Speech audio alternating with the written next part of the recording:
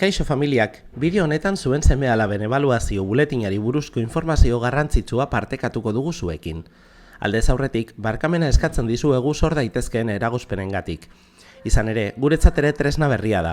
Zeuen seme-alaben aurrerapen akademikoaren berri izan dezazuen, baina uste dugu ez dela formatu erraza. Kalifikazio tradizionalei buruzko informazioa eman beharrean, orain zuen seme-alabekin lantzen ari garen funtsezko trebetasunak eta gaitasunak nabarmentzen ditugu. Txostenaren lehen orrialdean ikaslearen eta ikasmaiaren datuak ikusi ahal izango ditugu, tutorearen izenarekin batera. Irakasgai bakoitzak bere atala izango du, eta bertan lantzen diren gaitasunak agertuko dira.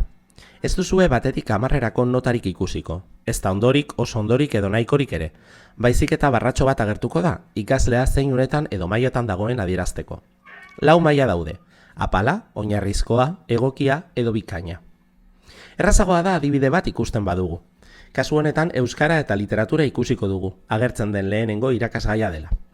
Lehenik barra ilunago bat agertuko da, eta hori irakasgaiaren balorazio orokorrari dagokio. Jarraian agertzen diren konpetentzia guztien bataz bestekotik datorrena.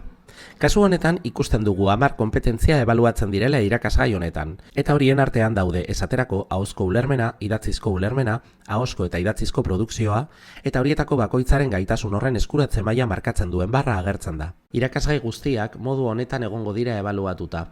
Txostenaren amaieran, tutorearen oharrekin batera, ikasle horiekin lan egiten duten irakasle guztien artean ebaluatzen diren ikasgai guztietan komunak diren oinarrizko gaitasunen laburpena ere agertzen da.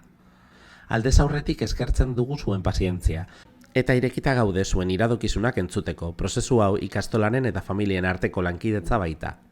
Galdera asko sortuko zaizkizue bidean, adibidez, konpetentzia guztiak ebaluazio berdinean lantzen dira? Ez, konpetentzia guztiak zikloa amaieran lortuak izan behar dira, baina horretarako ebaluazio bakoitzean konpetentzia ezberdinak landuko ditugu. Hala ere, zalantzarik izatekotan, ikasketa burua den Saioa Zeballosekin kontaktuan jar zaitezkete bere posta elektronikoaren bitartez. Mila esker!